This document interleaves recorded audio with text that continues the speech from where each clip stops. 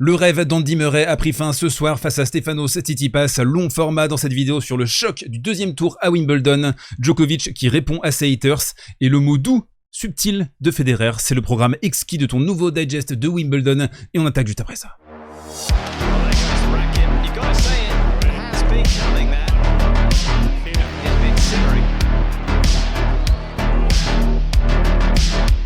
Et on attaque ce côté réseau avec l'organisation à Wimbledon. Vous le savez, je raffole de ce qui se passe cette semaine sur le tournoi londonien. Alors ça commence avec une interview sur le court d'Aryna Sabalenka qui a eu du mal d'ailleurs contre Gracheva. Elle a mis un petit peu de temps à se mettre en route, mais une personne également qui a mis du temps à se mettre en route, c'est la journaliste qui l'a interviewée. Donc elle a demandé à Sabalenka, vous voulez évidemment bien jouer ici, je sais que vous voulez faire mieux que l'année dernière. Alors je rappelle, Sabalenka avait été interdite de Wimbledon l'année dernière à cause de sa nationalité. Une autre dinguerie, c'est Paola Badoza qui a été interviewée après son abandon aujourd'hui. Et première question tranquille du journaliste, bravo pour ta victoire.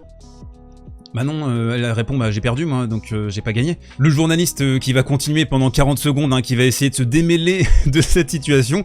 Donc le gars en fait il se pointe en conférence de presse, il pose des questions à une joueuse ou à un joueur et il sait même pas ce qui s'est passé pendant le match. C'est une dinguerie, le manque de préparation et le manque de sérieux de la part de certaines personnes qui couvrent ce sport.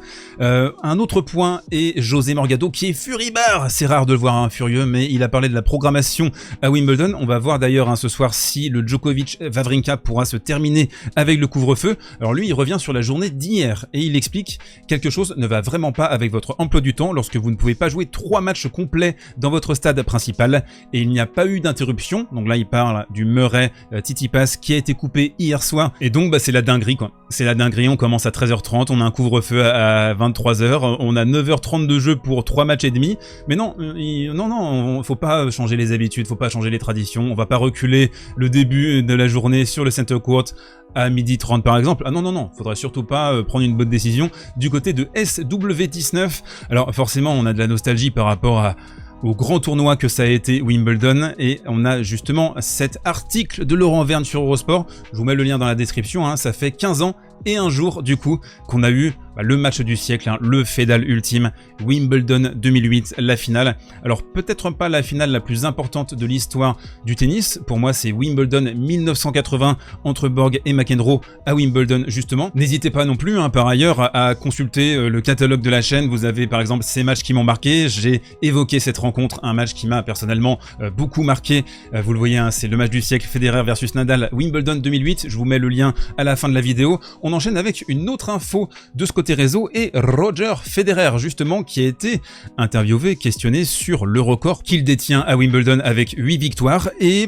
pour Roger, pas d'acrimonie, pas de mauvaises vibes, on est positif, on a presque envie que Djokovic aille l'égaler et le battre l'année prochaine. Il a dit j'espère qu'il le fera pour être honnête, car je pense que tout ce qu'il fait de plus ajoute à l'histoire du tennis. En détail, il a déclaré ça à CNN, j'ai eu mon moment. J'en ai gagné 8 au total et 5 d'affilée. Si quelqu'un égale ou dépasse ce record, ce sera son moment.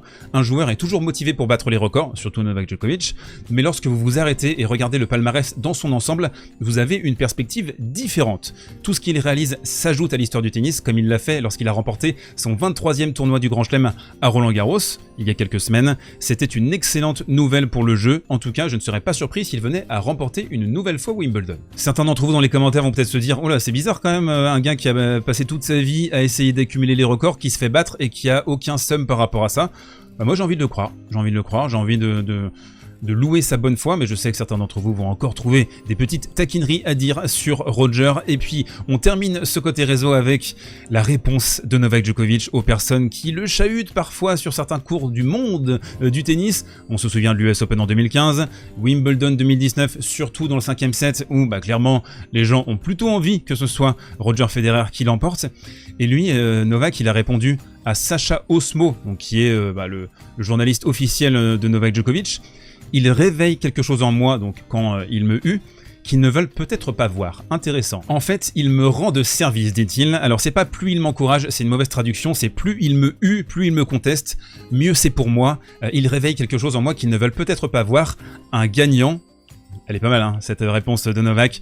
Il s'avère cependant que le public soutient mon adversaire dans la plupart des matchs de ma carrière, et ça justement, j'ai envie qu'on s'arrête un petit peu là-dessus. Pourquoi est-ce que le public, globalement, dans les grandes lignes, hein, bien sûr, parce que Novak a aussi énormément de fans qui le soutiennent à travers le monde, mais pourquoi globalement c'est un joueur qui est pas soutenu par la majeure partie du public? Est-ce que c'est à cause de son jeu? Est-ce que c'est à cause de son attitude? Est-ce que c'est à cause de sa personnalité? Je me pose véritablement la question par rapport à ça, parce que, franchement, recordman en Grand Chelem, numéro 1 mondial, c'est lui qui a le plus grand nombre de semaines, à un moment donné, il devrait mettre tout le monde d'accord. Et pourtant, c'est pas le cas. C'est étonnant. Il dit, hein, c'est mon destin, et c'est bien. Parfois, j'ai du mal à l'accepter, parfois, je ne comprends pas les réactions du public, mais c'est son droit. Parfois, cependant, certaines personnes sont plus audacieuses dans ce qu'elles disent depuis les tribunes. Quand c'est comme ça, elles doivent s'attendre à ce que je réponde et réagisse. C'est arrivé dans le passé, dans les grands tournois du monde entier. Cela me donne du carburant supplémentaire, m'inspire à jouer encore mieux. Allez, on bascule sur le coin tactique. On va commencer par Matteo Berrettini, qualifié au 3e tour. Il jouera Alexander Zverev demain, et je l'ai trouvé excellent, hein, Matteo. Le beurre de Barat, bébé, jambe de coq, Booba, il va toutes les faire. B2O, yes, c'est quoi? Easy. Donc Berrettini, hein, qu'on avait quitté à Stuttgart en larmes et qui retrouve son niveau de jeu parce que voilà, potentiellement sur papier, c'est un des tout meilleurs joueurs sur le circuit sur gazon. Il y a 2 queens, hein, quand même pour Matteo Berrettini. Il y a une finale également à Wimbledon en 2021 et ce qu'il a réussi à faire d'une manière prodigieuse, j'ai trouvé aujourd'hui, ce sont des longs slices pour soit forcer Alex de Minaur à générer son propre rythme, et ça on le sait, hein, c'est pas la force du joueur australien, c'est pas un joueur qui est puissant, c'est pas un joueur qui arrive à générer son propre rythme, ou alors essayer de décaler sur son coup droit, d'envoyer la giclette. On l'a vu servir d'une manière remarquable, il a concédé aucun break sur l'ensemble de la partie, c'était vraiment un excellent Matteo, j'ai trouvé aujourd'hui. Un mot rapide aussi, hein, sur la perf de Taylor Fritz. Alors qu'est-ce qui s'est passé hier? Il y a 2-7 un break, et puis il va complètement se liquéfier. Le QI tennistique d'un tétard Taylor Fritz, c'est un truc de malade. Alors ça se voit beaucoup plus en Grand Chelem, mais il a persisté dans les grandes boucles. Son coup droit totalement aux fraises, son petit jeu de jambes un peu en mode voilà, on fait des grands pas, des grandes boucles. Il n'a pas su s'adapter, et puis on a paniqué, hein. On a vraiment paniqué du côté américain, et ce choke, je trouve que c'est un choke monumental. Allez, dans la catégorie flop, on a également Casper Ruud battu en 5 manches, un 6-0, pour terminer face à Brody hier. Là, on a le momentum, on mène de 7-1, il n'y a pas de panique. Eh bien si, on envoie 2 coups droits, mais lunaires, on redonne le momentum à Brody, et clairement dans le 5e set, c'est un tank, quoi. Il a pas joué, il a abandonné. Il boudait, quoi. Il avait envie de retourner en vacances, ou alors je pense qu'il était déjà en train de réfléchir à son 11e titre en ATP 250 à Bastad dans 2 semaines. Parce que c'est la priorité pour un joueur comme Casper Ruud, pas Wimbledon.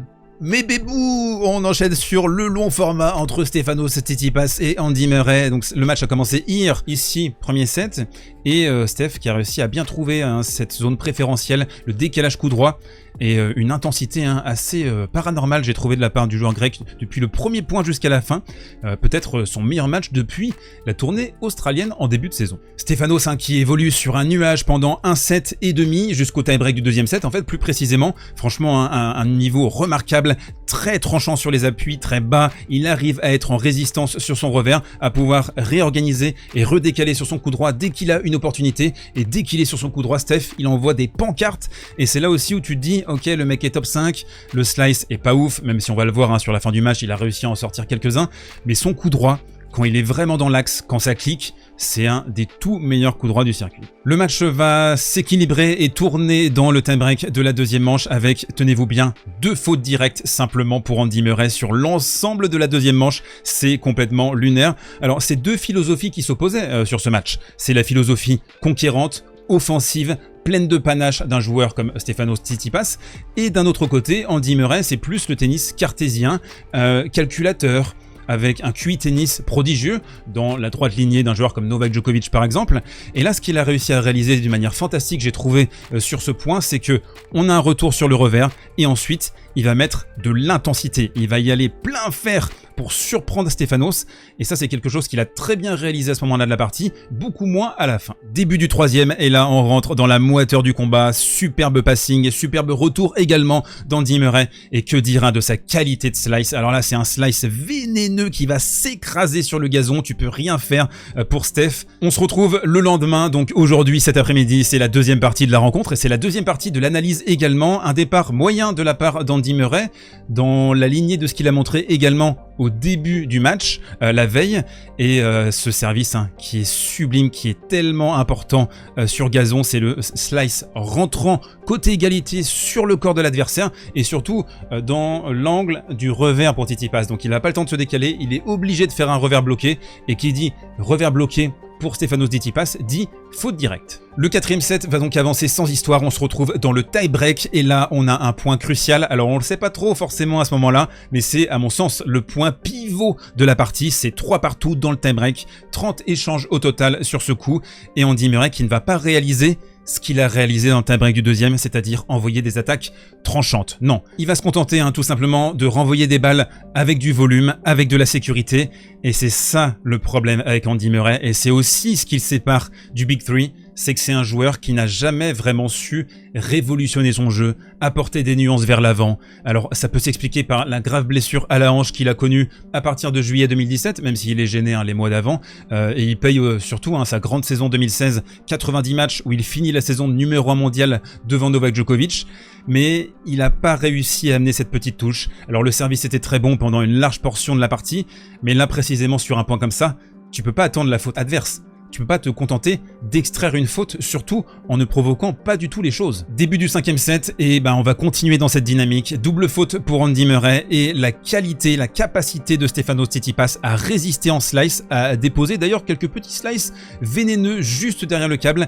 Il s'est bien réglé sur ce coup, parce que Murray également l'a fait travailler pendant plusieurs heures de ce côté-là. La partie qui va définitivement basculer dans le sens de Stefanos grâce à la juxtaposition de deux éléments, la résistance en revers de Stefanos, surtout le revers slicé, je vous l'ai dit, et puis d'un autre côté, l'incapacité d'Andy Murray à finir les points, à finir les échanges. Là, il y a un coup droit penalty, il va frapper comme une petite vieille. La fin de ce match, c'est un Stefanos Tsitsipas qui ne lâche rien sur le service, vous le voyez, les points remportés derrière la première balle, on est à 11 sur 11 à ce moment-là, on est à la fin du match.